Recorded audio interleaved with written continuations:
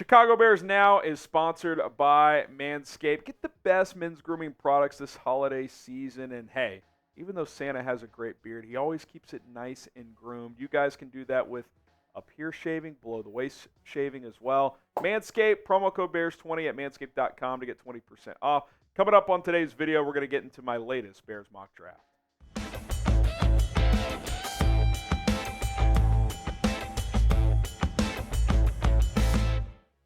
8, count 'em 8. It's our 8th Bears mock draft here on Chicago Bears Now. Welcome into the show. And this one comes after the Bears' latest collapse, this time in Cleveland. Obviously, draft rumors are going to continue to circulate around this team. And with Carolina winning on Sunday, the number one pick is not exactly a guarantee. It's still firmly in the Bears' control for now, but it is certainly a possibility if the Panthers do win again that number one pick could fall to New England. Here is the current NFL draft pick order right now. Bears still holding firm there with that number one selection. You got the Panthers and Cardinals lurking. Not really worried about Arizona because their strength of schedule is so strong that the Panthers would have to win twice for Arizona to potentially overtake them. Commanders at 4-10, and then the Bears' own pick. I mean, that's the one good news about losing. They've got the tiebreaker among the 5-win teams, so they're still picking at number 5 overall at this point in time. So what am I going to do with the number 1 overall pick? Drum roll, please. Caleb Williams, USC quarterback, number 1 overall. I kind of hinted at this on our Monday video that I just think that with everything going on right now, if I had to guess with 3 weeks to go, the Bears are probably leaning toward drafting a quarterback. That's just kind of what it feels like. And Caleb Williams has his flaws. There's no doubt about it. You definitely have to look into him and see if he's got the, mental makeup of being the quarterback in Chicago. Because that's one thing there's no doubt Justin Fields has. He can handle all the criticism, all the media stuff in Chicago. He's proven that. But Ryan Poles, I just get the feeling, is going to look at this as an opportunity to take his own quarterback, reset the QB clock, and I currently have Caleb Williams just a notch above Drake May right now, so I think that's the direction they would go in. But again, all just projection, guessing what I think the Bears would do here. So, pick a QB. What would you do? Would you draft Caleb Williams? Would you keep Justin Fields? Type CW for Caleb Williams. Type JF for Justin Fields. That is the question today. All right. Number 5 overall pick. How about this? How about Brock Bowers? Marvin Harrison Jr., Drake May, and Olu were the next 3 picks. Can't remember the order, but they were all gone. So I basically debated Brock Bowers, Joe Alt, or Malik Neighbors. And even though Braxton Jones didn't play great against Cleveland, I still think he's an above-average left tackle. Something became clear to me, and it's, I think it's been staring us in the face all season, but DJ Moore's been healthy all year, so we haven't really noticed it. Outside of DJ Moore and Cole Kmet, the Bears' weapons on offense are kind of bad. They really are. It's been a bad year for Darnell Mooney. We saw the Robert Tonyan experience. I kind of thought he'd be more of an impactful guy. He's done nothing. Finally gets a chance and just blows that by dropping that long touchdown. You got to add some high-end weaponry, whether it's at receiver or tight end. Honestly, maybe even running back too, but you're not going to do that high in the draft.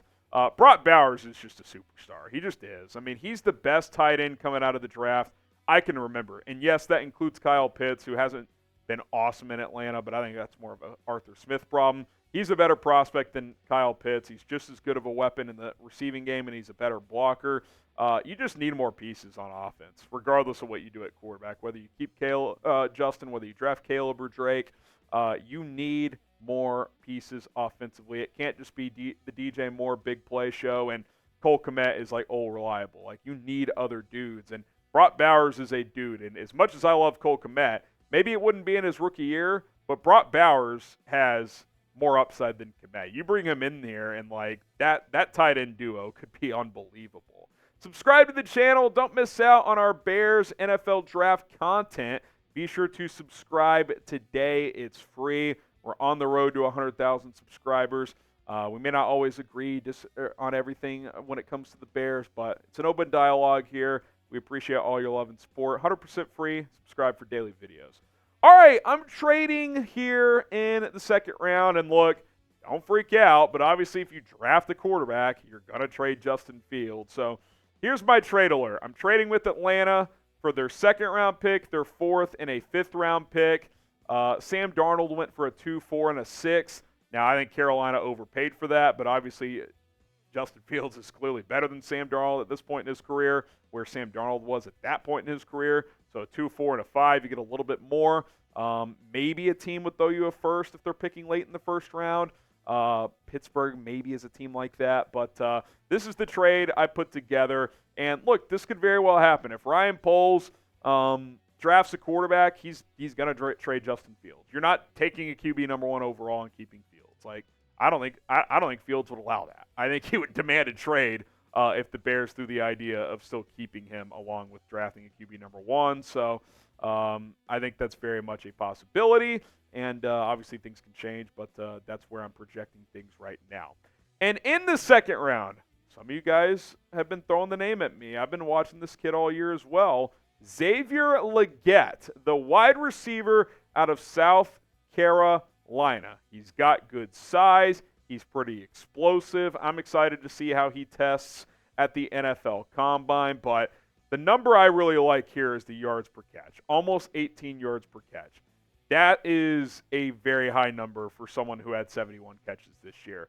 And the thing I like about Legette, too, is he played in an offense where opposing teams knew he was the top dude by far, and he was still very, very productive. So in just the top 50 of this draft, I have created this potential Bears weaponry, and that's with drafting a quarterback.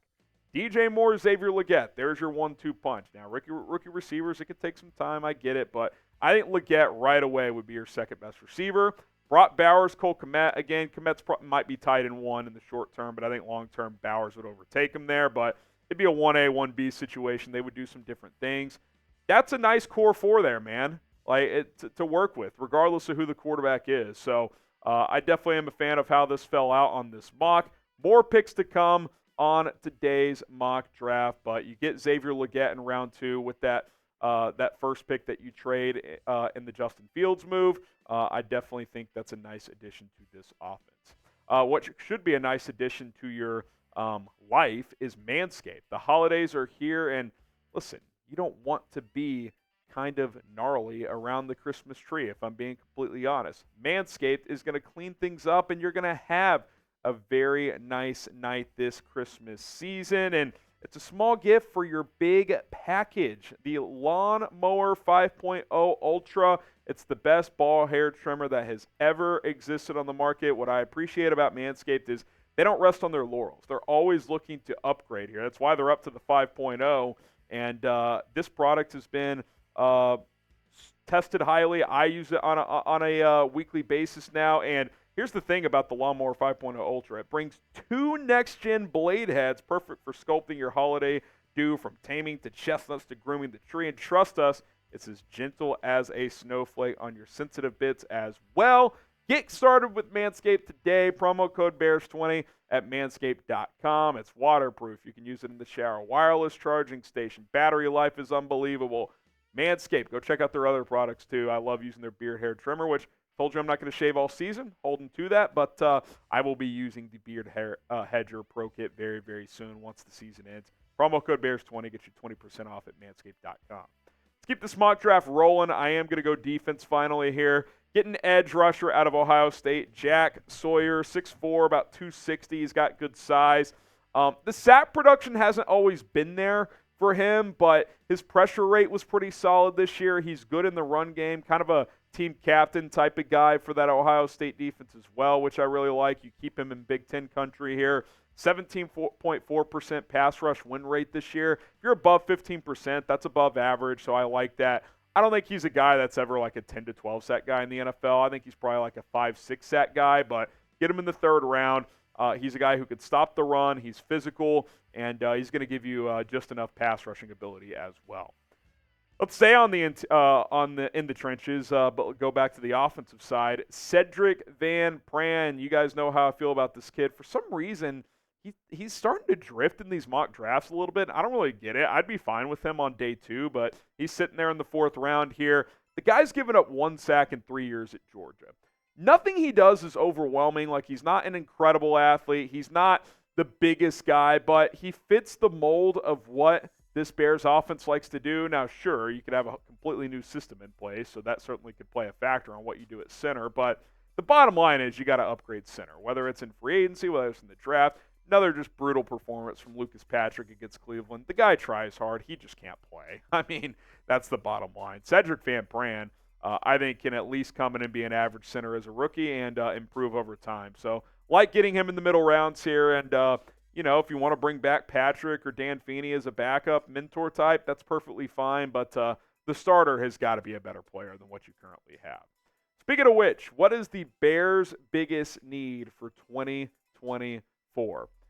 It's hard to say center because that's not near the top of most important position, but you could definitely put it in the conversation. Is it center? Is it quarterback if you want to move on from field? Receiver, because you got to get something beyond DJ Moore. Let us know what you think the biggest need is for 2024. Hell, you could say head coach. We'll go a little quicker here on the day 3 picks. Jaden Hicks, safety out of Washington State.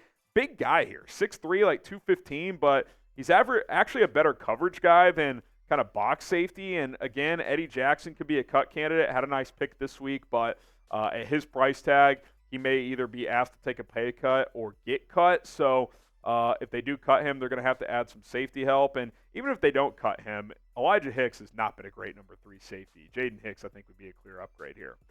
Ray Davis, the running back out of Kentucky, get him in the 4th round as well. Remember, a couple extra picks here with that Atlanta trade.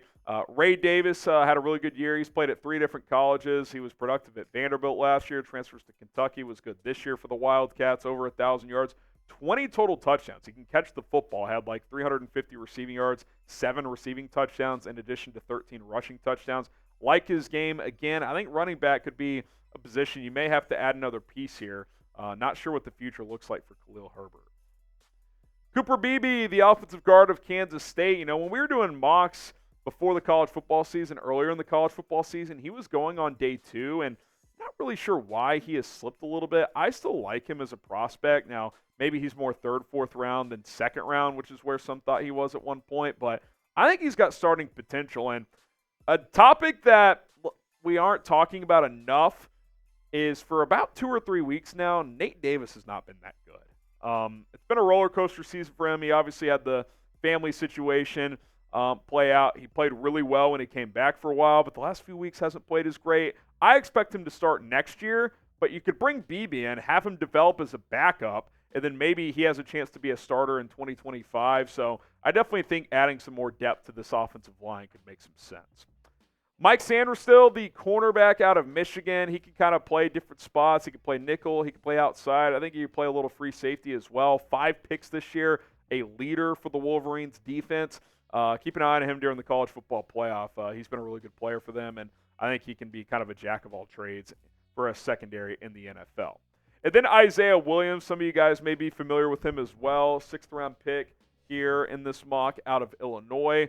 Has some good speed, over 1,000 yards this year for the Fighting Illini. I think doubling up in this draft at receiver, even if the second one's late like this, just taking a chance on somebody, you got to add some depth here. Like Tyler Scott, when he catches the ball, shows some good things, but he's had some drop issues. I don't know if Velus Jones is going to be here next year. I don't have great confidence that Darnell Mooney is. So it's kind of DJ Moore than after that. So certainly a position that you're going to have to add some pieces this offseason. So grade our Bears mock draft 8.0, A, B, C, D, or F. I know there's going to be controversy at quarterback. Again, I just think that's probably where they're at right now if the season ended today. That could change. I don't know what Ryan Poles' evaluations of Caleb Williams and Drake May are. This is just me projecting. A, B, C, D, or F. Get your grades in on the show. All right, there's mock draft 8.0. We'll certainly be back for another one. And then once the season ends, we might be doing these weekly. We're almost already doing them weekly. So if you want more Bears draft content, hit that subscribe button. We appreciate the support here on Chicago Bears Now.